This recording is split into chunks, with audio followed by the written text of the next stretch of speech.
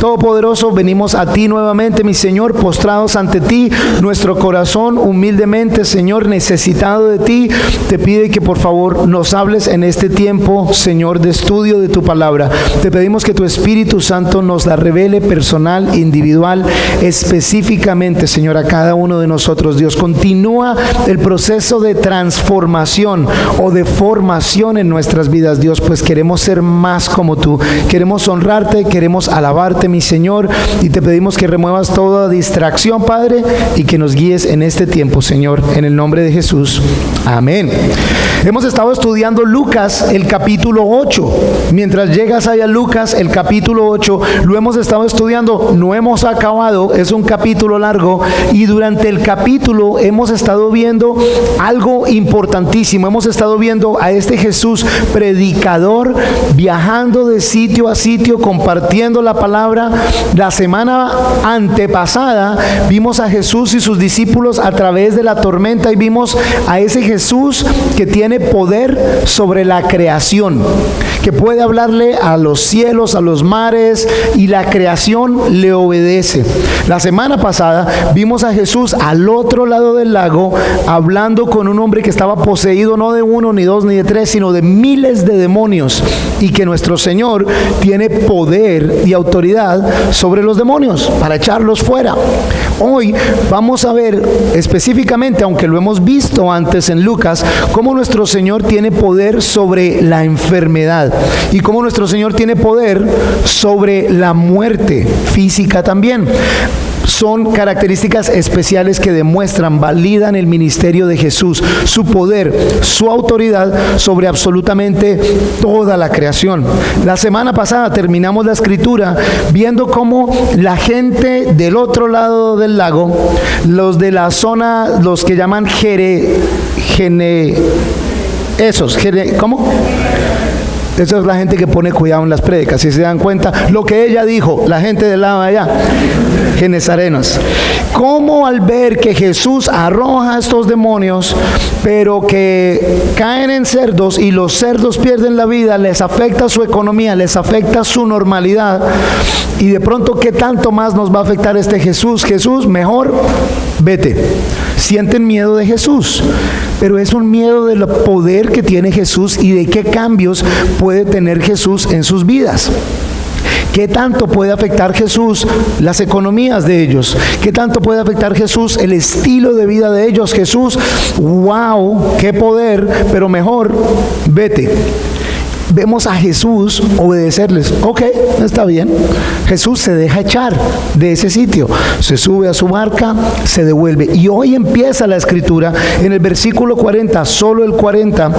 Al regresar Jesús, toda la gente lo recibió gozosa porque todos lo esperaban.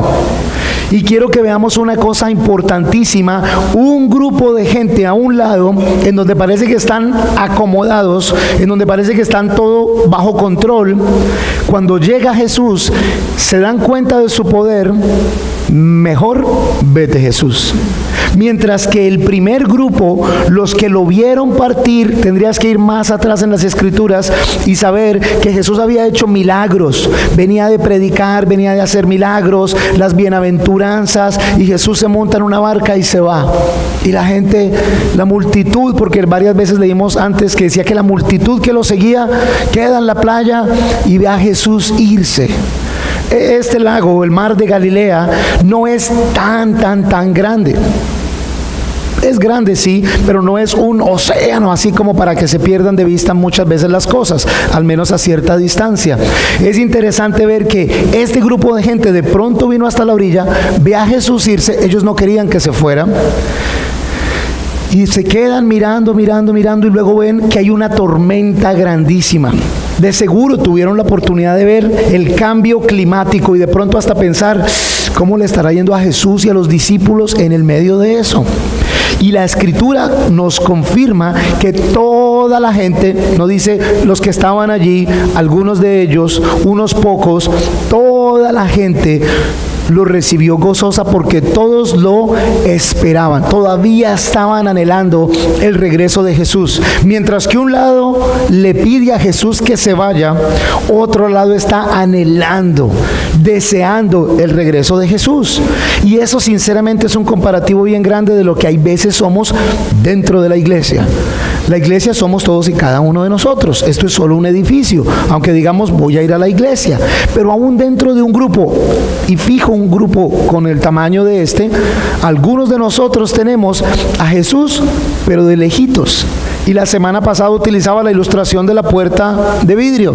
Jesús está, pero allá afuera. Lo puedo ver, me gusta tenerlo de cerca, pero con la puerta cerrada. Que no tengas completo acceso, Señor, conmigo. De vez en cuando abro la puerta y hasta te tiro algo ahí. Y ahí está Jesús, ahí está mi tiempo, mi ofrenda, mi dedicación, pero un ratico y vuelvo a cerrar. Porque si llegas a remodelar, a cambiar todo lo que hay, entonces como que va a ser algo muy distinto.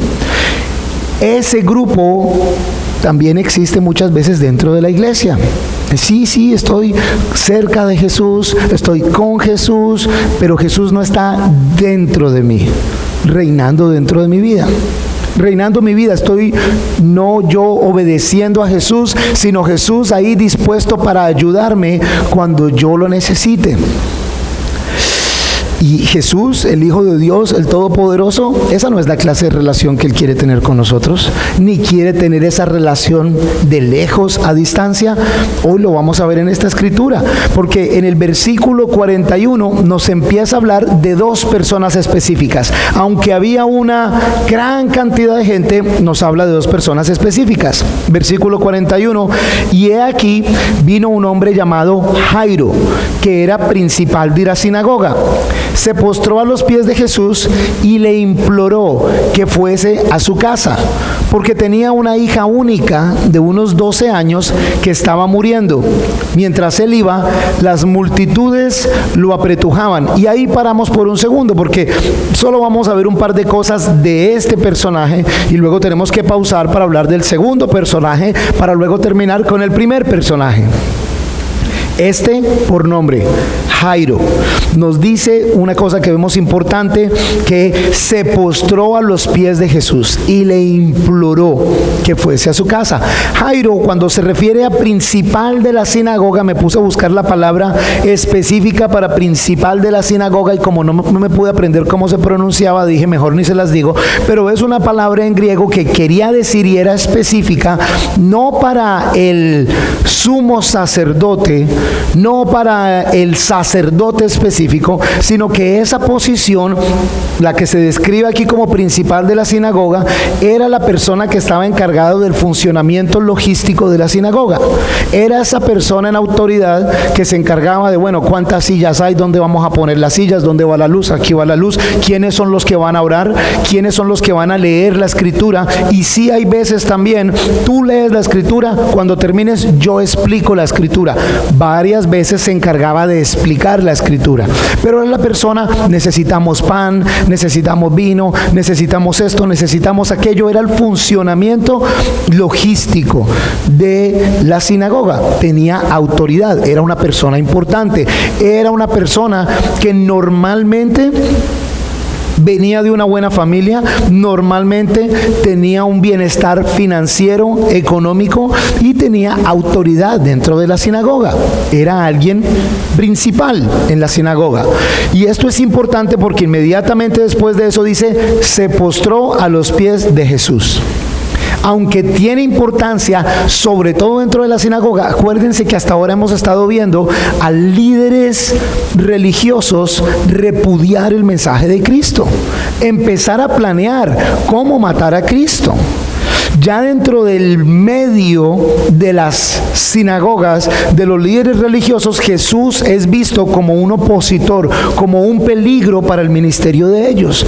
Para este principal de la sinagoga es riesgoso solo venir a hablar con Jesús. ¿Se acuerdan de otro hombre, Nicodemo, que vino a hablar con Jesús a escondidas? Que nadie me fuera a ver para por si acaso. Este viene enfrente de toda la gente y se postra a los pies de Jesús. No solo viene, sino que se postra delante de Jesús. Para un judío esto es algo serio, porque ese postrarse y tenderse de frente de él es casi que exaltarlo y darle casi que adoración. Pero podemos decir que sí está creyendo que le va a dar adoración, porque lo próximo que le pide a través de oración, porque le dice le imploró. Otra traducción dice que le rogó que fuese a su casa, porque tenía una hija única de unos 12 años que se estaba muriendo. ¿Por qué digo que esa humildad de rodillas, esa palabra de pedir ayuda, era reconocimiento de que Jesús era mucho más que un hombre? Porque Jesús no es médico, no es doctor, y no está diciéndole, ven a verme, le das un agua de panela con limón a mi hija. Es ven porque mi hija está muriendo, necesito un milagro, y tú puedes hacer milagros. Sobre todo para el judío, más en ese momento de historia, tienes que ser alguien sobrenatural para hacer algo como esto. Es muy posible que este Jairo ya había escuchado de lo que estaba pasando, mucho más en esa zona geográfica. Les dije, Jesús ya había pasado por ahí, el revuelo, los comentarios eran grandes de lo que Jesús podía hacer. Y Jairo se postra e implora por un milagro a este carpintero judío que lleva un tiempo predicando un mensaje en armonía con las profecías de Moisés, pero distinto a lo que nos están enseñando en las sinagogas. En las sinagogas te tienes que tapar así, tienes que llegar de tal manera, te puedes sentar aquí, no te puedes sentar, te tienes que parar, tienes que hacer esto, tienes que poner aquello. Y Jesús, arrepiéntanse, el tiempo es ya, yo soy el Mesías, a través mío serán perdonados. ¿Cómo? Completamente distinto, completamente opuesto a la práctica religiosa, pero en armonía con las profecías. Completamente opuesto a lo que los hombres habían establecido, pero completamente en armonía con lo que Dios había preestablecido. Para este líder religioso es algo completamente radical venir a Cristo, arrodillarse, implorarle y pedirle un milagro. Era también peligroso, porque ya otros líderes están pensando en asesinar a Jesús, y que uno de ellos mismos venga, le rinda oración y le pida su ayuda, le ha podido significar su posición, su trabajo, su ranking dentro de todo esto. Así de que es algo radical lo que está pasando en la vida de este hombre. Por supuesto, tiene una hijita de 12 años que estaba muriendo, y él le pide que venga a ayudarle. Ese versículo termina diciendo, mientras él iba, las multitudes lo apretujaban. Y de seguro hoy en día hemos visto en video cuando una persona famosa, político, músico, actor, deportista, camina entre un grupo de gente, eso es una empujadera y todo el mundo lo quiere tocar y cosas así. Eso es lo que está pasando en ese momento. Ahí ponemos en pausa la historia de Jairo y seguimos en el versículo 43. Y una mujer que padecía de hemorragia desde hacía 12 años, la cual, aunque había gastado todo su patrimonio en médicos, no pudo ser sanada por nadie, se le acercó por detrás y tocó el borde del manto de Jesús. De inmediato se detuvo su hemorragia. Entonces dijo Jesús, ¿quién es el que me ha tocado? Y como todos negaban, Pedro le dijo, Maestro, las multitudes te aprietan y presionan. Jesús dijo, alguien me ha tocado, porque yo sé que ha salido poder de mí. Entonces, cuando la mujer vio que no había pasado inadvertida, fue temblando y postrándose delante de él, declaró ante todo el pueblo por qué causa lo había tocado y cómo había sido sanada al instante. Él le dijo, hija, tu fe te ha salvado, vete en paz. Miremos esto en detalle. Una mujer con una hemorragia, una pérdida de sangre constante desde hacía 12 años. Esta mujer había gastado todo lo que tenía en poder ser sanada. Fíjense que hay un paralelo especial. Un hombre con un regalo de Dios, 12 años de gozo, de alegría, de bendición a través de su hija. 12 años de gozo de los cuales él quiere, este hombre Jairo, no quiere que ese tiempo termine. Y una mujer que lleva 12 años en sufrimiento, en pena, deseosa de que ese tiempo termine. De cierta manera es paralelo, opuesto, alguien que ha estado disfrutando y no quiere pasar a tristeza, y alguien que ha estado sufriendo y ansía, desea pasar a alegría. En el caso de esta mujer, ha hecho ya todo lo que ha podido humanamente hacer. Cantidad de gente en el medio del apretuje, que nos dice ahí, apretujaban, eran multitudes. Una mujer con un flujo de sangre era considerada, de acuerdo al libro de Levíticos, capítulo 15, si no estoy mal, habla acerca de esto, era una mujer que estaba ceremonialmente impura. Y mientras estaba en esos días, no se podía acercar a nadie, no podía ser tocada por nadie. Y eso causaba obviamente aislamiento para esta pobre mujer. Pero ella, en el medio de la multitud, se arriesga y de seguro fue llevando. Ahora, si hubiera judíos ahí, muchos judíos, quienes la conocieran, y ella viene caminando, se le estarían quitando, porque con solo tocarlos, ellos también estarían ceremonialmente impuros. No podrían entrar a la sinagoga. O sea que esta mujer, lo más posible es que no era aceptada en la sinagoga desde hacía 12 años. ¿Tú te imaginas estar enfermo y ni siquiera poder ir a la iglesia porque te consideran impuro? Ni siquiera podías tener ese consuelo.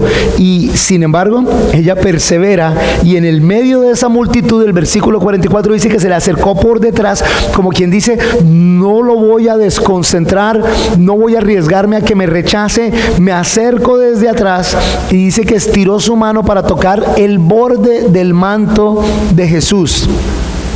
Y toca el borde del manto de Jesús, y de inmediato, dice la palabra, se detuvo su hemorragia, inmediatamente. En el versículo 45, entonces dijo Jesús, ¿quién es el que me ha tocado? Y tú piensas ahí mismo, y claro, como la multitud es grande, pues de hecho Pedro, que normalmente cada vez que abre la boca, la embarra, le dice Pedro a Jesús, maestro, las multitudes te aprietan, hombre. ¿Cómo que quién te tocó? Pedro, como siempre, tratando de enseñarle a Jesús cómo hacer las cosas. Y bueno, no le echemos tanto la culpa a Pedro, porque si diría, yo no le hubiera dicho nada, pero lo hubiera mirado como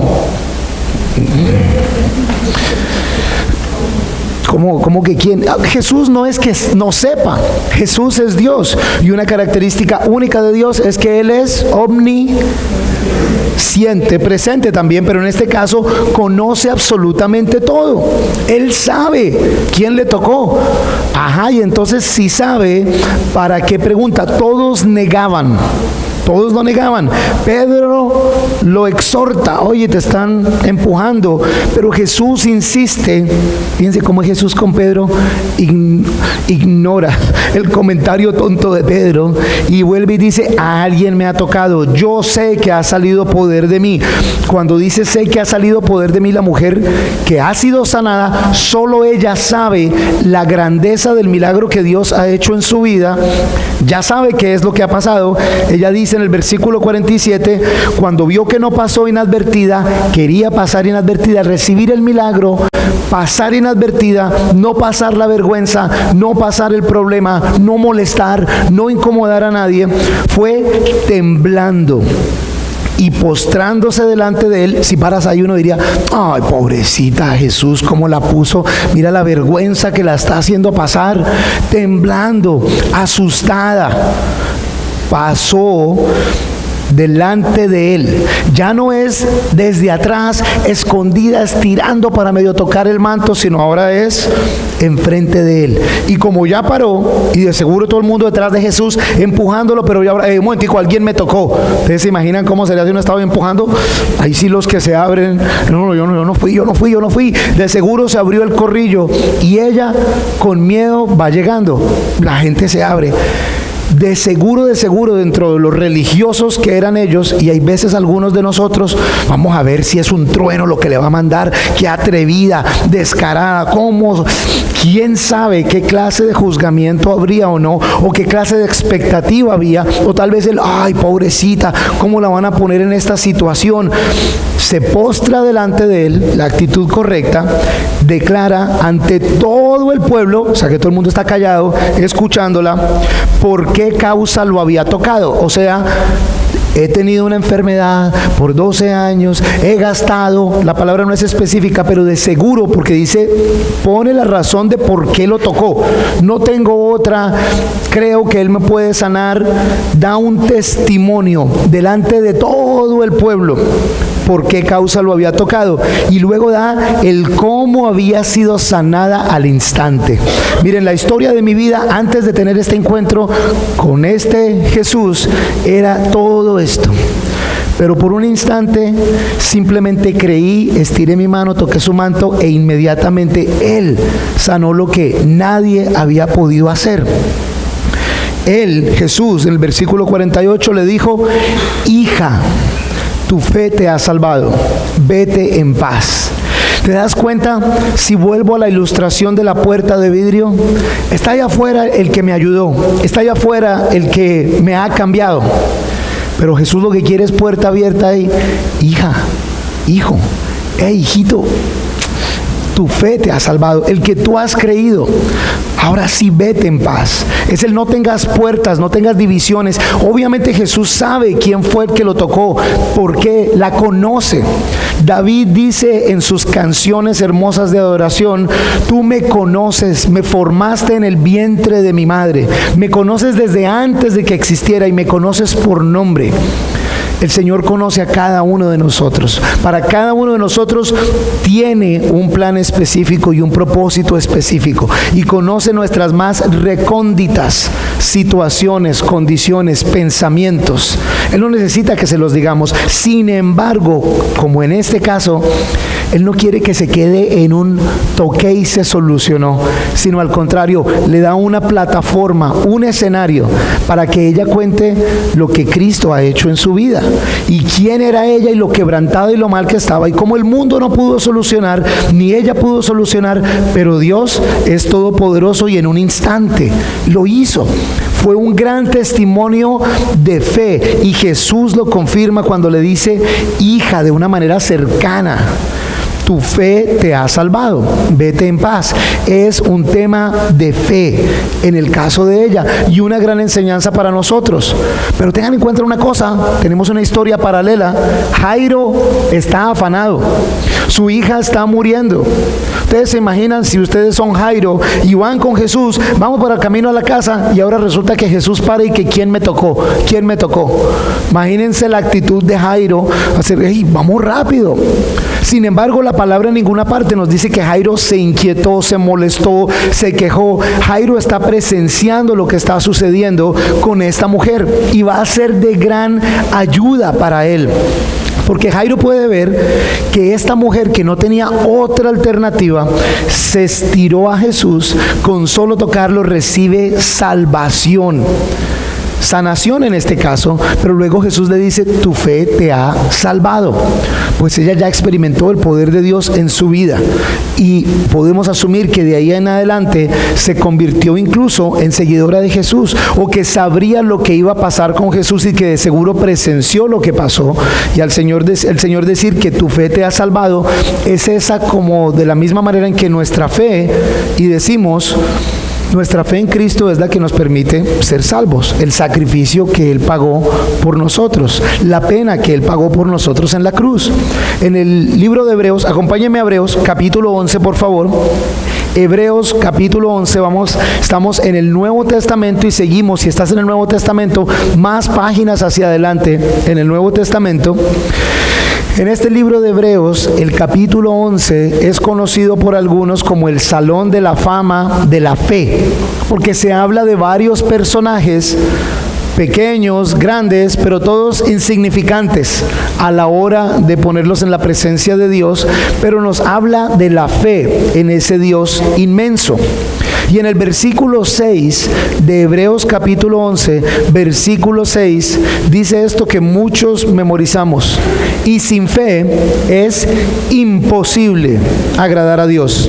Sin fe es imposible agradar a Dios, porque es necesario que el que se acerca a Dios crea que Él existe y que es galardonador de los que le buscan. Es creer que Él es Dios. Creerlo. Cuando se cree, entonces, de acuerdo a esta escritura, Él es galardonador, Él recompensa a los que le buscan. Sin esa fe en Él es imposible agradar a Dios. ¿Y por qué diría que es imposible? Bueno, porque cuando no tienes fe en que es Dios quien está en completo control, te empiezas a creer que tú tienes el control, que tú tienes la capacidad, que las cosas pasan es por ti y por quien tú eres. Y ajá, Dios, ¿tú quién eres? ¿Tú qué has hecho por mí? En estos días comentaba algo interesante. Cuando estaba en Estados Unidos, tuve la oportunidad con un jefe que tenía. A mí me gusta mucho el básquetbol y venían los playoffs, las finales del básquetbol profesional. Esas boletas son carísimas, llegar allá es difícil, pero mi jefe en donde yo trabajaba antes de trabajar en la iglesia era una persona importante y a él le dieron pases, lo que llaman VIP, Very Important Person, pases especiales para ir al juego, y me fui con él al juego. Entonces tuve la oportunidad de que cuando me dijo, bueno, vamos, y nos subimos a la Lincoln Navigator. Eso es un carro, un SUV grandote, elegante, lindo, irme con él. Cuando llegamos allá, él ponía una tarjetica así especial y nos mandaban a entrar por una puerta especial. Llegábamos a un sitio en donde parqueábamos, nos bajábamos y venía una persona, le entregaba la llave, iba y parqueaba el carro y a nosotros nos dejaba aquí en el ascensor para subir. Ya ahí cuando vamos en el ascensor, yo me siento súper sabroso. Wow. Sube uno por el ascensor que es solo para ese grupo de gente y uno se da cuenta, porque ese grupito que estábamos ahí, todos me miraban a mí como si yo viniera a robarlos. Todos vienen de tal. Subimos y llegamos a la mejor parte, el segundo pisito, en toda la mitad de la cancha. Sale uno por ahí y tiene una persona que lo atiende a uno especialmente. Lógico, él llegó y cuando salimos del elevador nos mira a todos bien y a mí me mira y seguridad. Casi que llama, pero sí me miró a mí como raro. Entran y mi jefe, venimos para tal. Sí, claro, y nos van entrando. Y ya uno se va sintiendo como, wow, la cosa en donde nos sientan es una suite privada. Era solo para 12 personas. Ese día estábamos solo él y yo. Y la suite tiene una partecita aquí en donde hay unos brownies. Se me olvidó de qué estaba hablando. No, mentira. Hay unos brownies, hay varias cositas, comida, eso es privado, hay una salita, todo eso delicioso. Yo, wow, qué rico esto, espectacular. Pero bueno, el juego, estamos en el juego y después de un rato me paro yo, voy yo a coger algo, abro una nevera y entra un señor y me dice, sí, señor, ¿en qué lo puedo ayudar? Y yo, no, es que estoy viendo el juego. ¿Y usted con quién viene? Yo vengo con el señor John Mayo. Ok, siga, ¿cómo le puedo servir?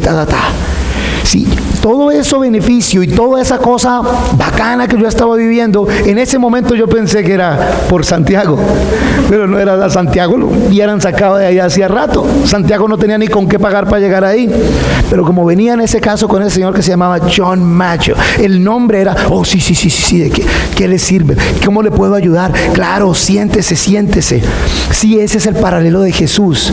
No es solo tener una crucecita o tener la biblecita o decir Jesús. Con Jesús sí hay pertenencia total, pero si tú te olvidas de que es la fe en Jesús, entonces te vas a sentir como Santiago, y Santiago no tiene derecho a ninguno de esos privilegios, así como ninguno de nosotros tiene derecho al privilegio de salvación o de ser llamado hijo o hija de Dios sin Cristo en nuestras vidas. Pero tiene que ser esa fe completa y total en donde Él tiene toda autoridad. Y Él va a ejercer su autoridad. Él ejerce su autoridad. Es más, en el caso mío, el señor Mayo ejerció la autoridad. Faltan 5 minutos para que se acabe el último cuarto del juego de básquetbol. El juego está en la línea, todavía no se sabe quién va a ganar. Pero él dijo, Santiago, nos vamos ya. No, faltan 5 minutos. No, nos vamos ya. No, pero ¿qué tal? No, nos vamos ya. Ok. Yo me quería quedar, pero yo no tengo derecho ni autoridad a quedarme ahí. El derecho y la autoridad lo tienen es Él. Yo no me quería ir, pero me fui con Él. El Señor Jesús, la semana pasada vimos cómo los demonios le pidieron, danos permiso de meternos a los cerdos. Y Jesús les dijo, ok. Vimos cómo la gente del pueblo le dijo, mejor vete. Y Jesús les dijo, ok.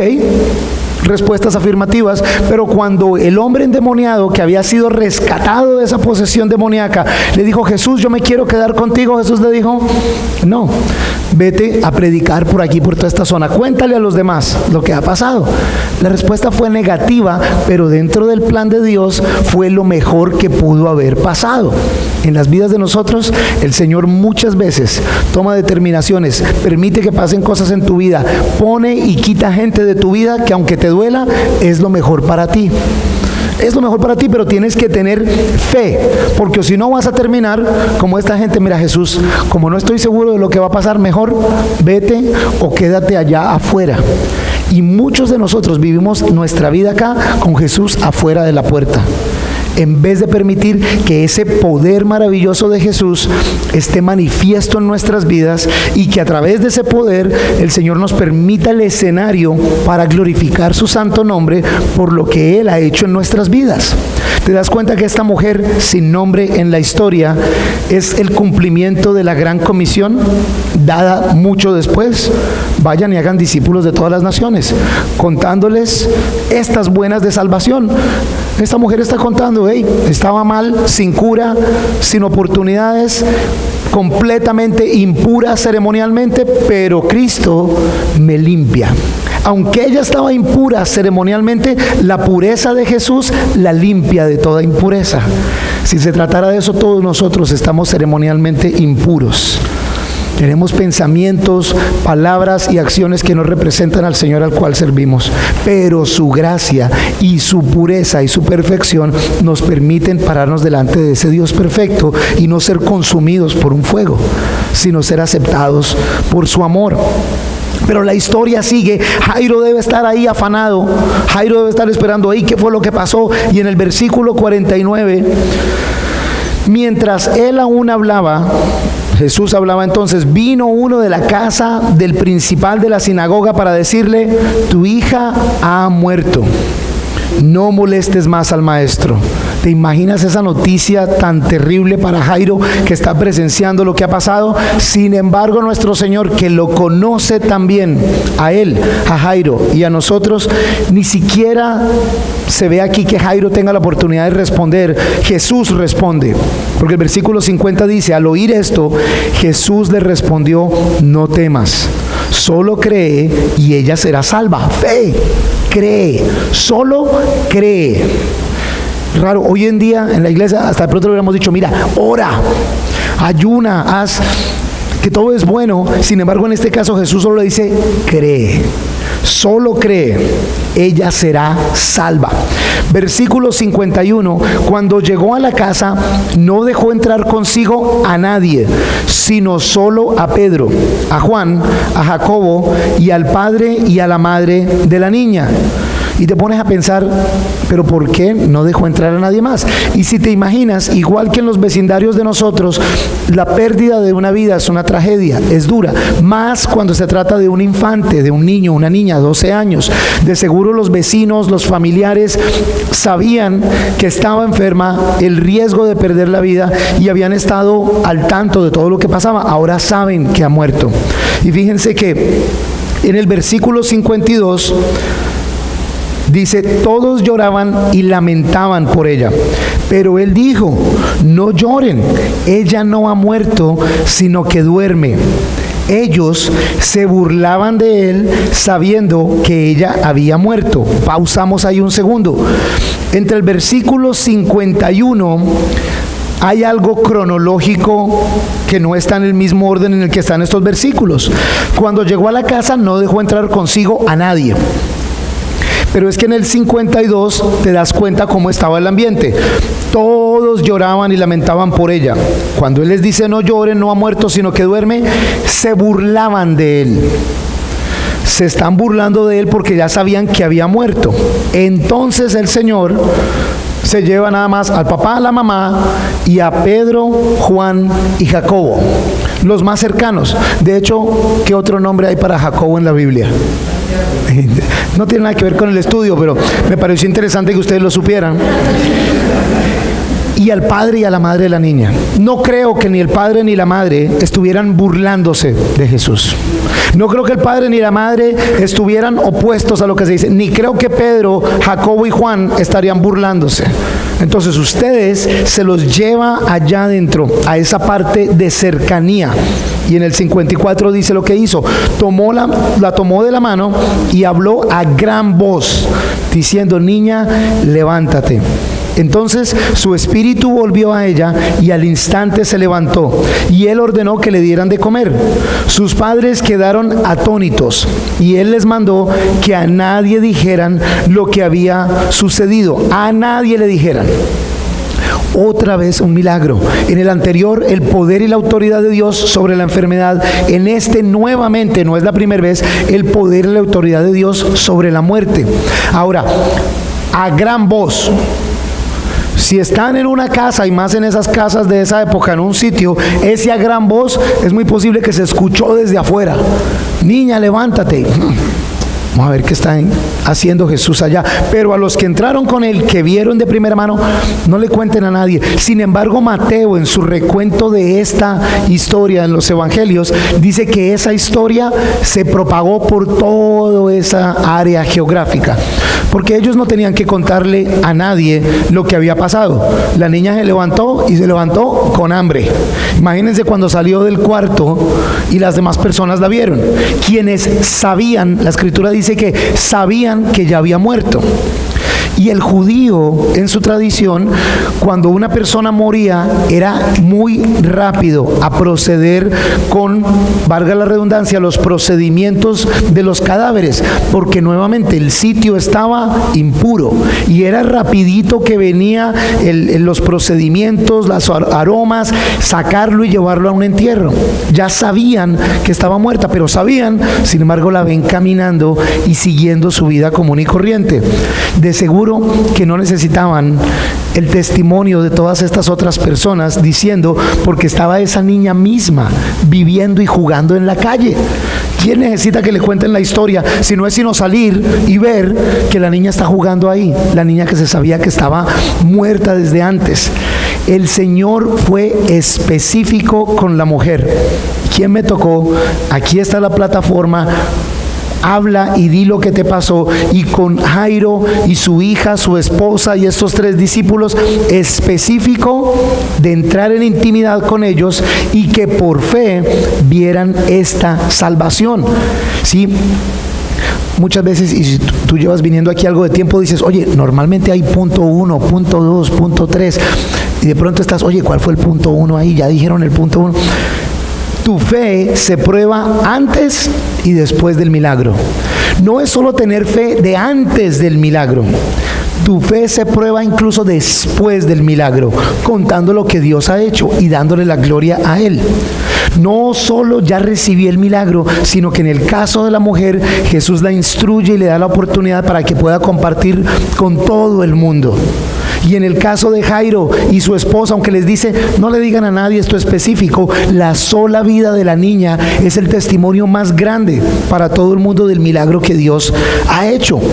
¿Qué milagro ha hecho Dios en tu vida para que tú estés dando prueba de ese milagro? Si por fe recibiste a Jesús, y Katia decía ahora, damos por fe lo que por fe recibimos, por gracia, lo vamos a dar de gracia. Es porque por fe recibí el mensaje de salvación y por fe lo debo estar compartiendo con otros también. Debo contar lo que Él ha hecho en nuestras vidas. Segundo se trata de tener una relación personalizada con Cristo, una relación específica con Cristo, en donde Él nos conoce por nombre, en donde Él conoce todas nuestras necesidades. ¿Cuántos de ustedes van aquí al gimnasio? Levanten la mano sin pena los que van al gimnasio. Tranquilos, que yo no les voy a decir que es pecaminoso. Eso, ahora sí levantaron las manos. Uno va al gimnasio y uno hace su ejercicio y tal, y hay personas que toman ejercicio personalizado y tienen su propio entrenador personal. Levanten la mano a verlos. No, mentira, eso sí no. El otro día mi esposa, alguien prácticamente que le regaló la oportunidad de tener a un entrenador personalizado, una señora, y le viene haciendo un entrenamiento personalizado. Y después de que yo salí de la cirugía y te me dijeron, oye, ven para que participes del entrenamiento personalizado.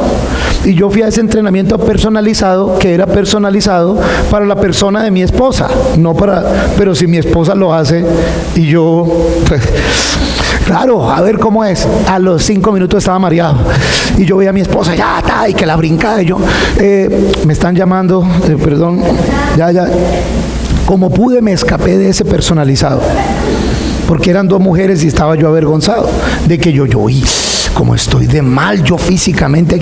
No, eso era personalizado y ella lo viene haciendo con ella desde hace tiempos y ellas pueden hacer eso. Yo también lo voy a poder hacer en alrededor de 7 u 8 años, pero no era mi momento todavía. En nuestro caminar con el Señor, que el Señor quiere una relación personalizada con cada uno de nosotros. Él quiere decir, como le dijo a esta mujer que no tiene nombre, hija, hijo, ven que quiero que compartas acá, o quédate allá porque yo quiero que tú compartas allá en esa zona, o ven acá en esta intimidad, mira lo que voy a hacer, y no le digas a nadie, simplemente cree.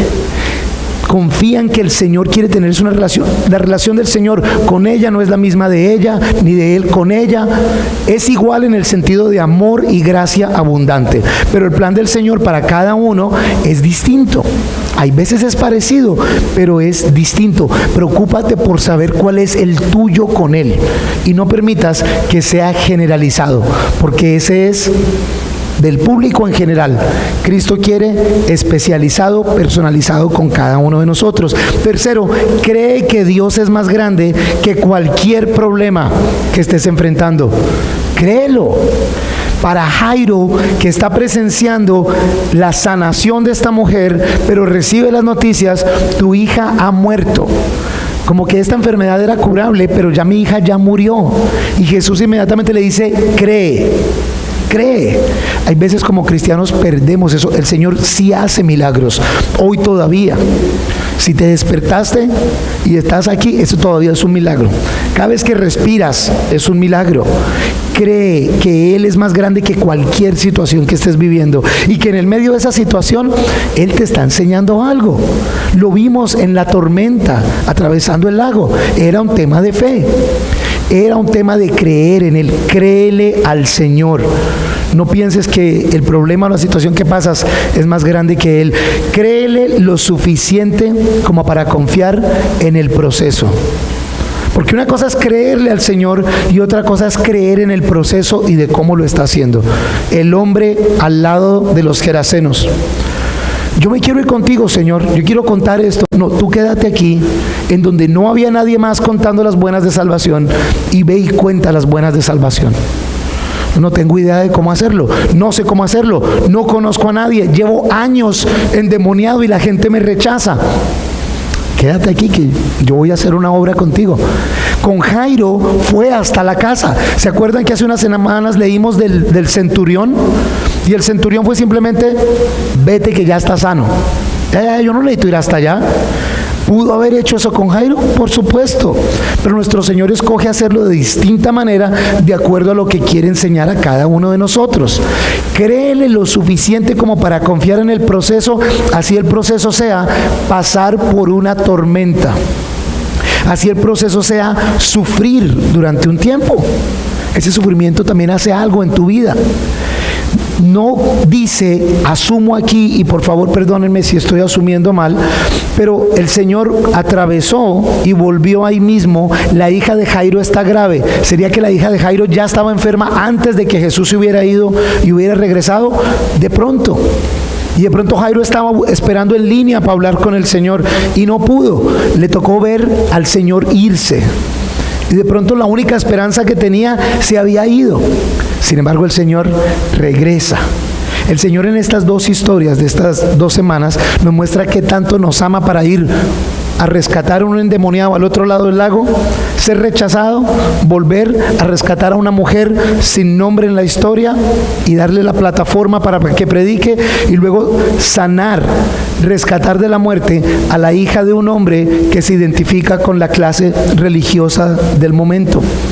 Nuestro Señor nos ama de esa manera y todos nosotros caemos en alguna de esas categorías. Nos ha rescatado y nos está edificando. Debemos, sí, eso sí, creer en Él y saber que tenemos comunión, pero es esa cercana, no más a través de la puerta. Abramos las puertas de par en par, que Jesús tenga acceso total, acceso VIP a tu vida, autoridad en tu vida, que todo esté a disposición de Él y de lo que Él quiere hacer, porque crees en que lo que Él está haciendo es lo mejor para ti. Así sea tormenta, así parezcan dificultades, así parezca que ya no hay esperanza humanamente o físicamente, créele a Él, el que no puedes perder.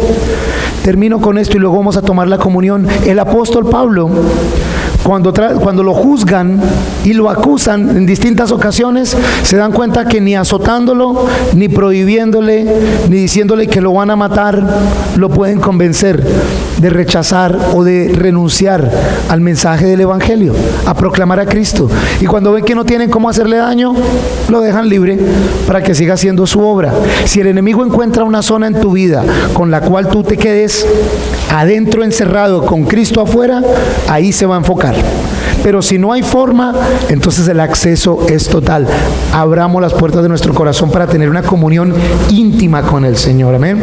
Nos levantamos y decimos: Señor, te damos gracias por este fruto, Señor. Gracias por tu sangre derramada en la cruz, Señor. Sangre que derramaste abundantemente por nosotros y que permitiste que pasara para recordarnos, Señor, tu amor. Y hoy nosotros, Señor, celebramos y recordamos ese amor que tú, Jesús, tú eres Dios. Sin embargo, dejaste el cielo por venir a rescatarnos, por venir a buscarnos, por poner el camino único por el cual podemos ser salvos. Y hoy celebramos, Señor, por el poder tomarlo y participar de esta intimidad contigo, Señor.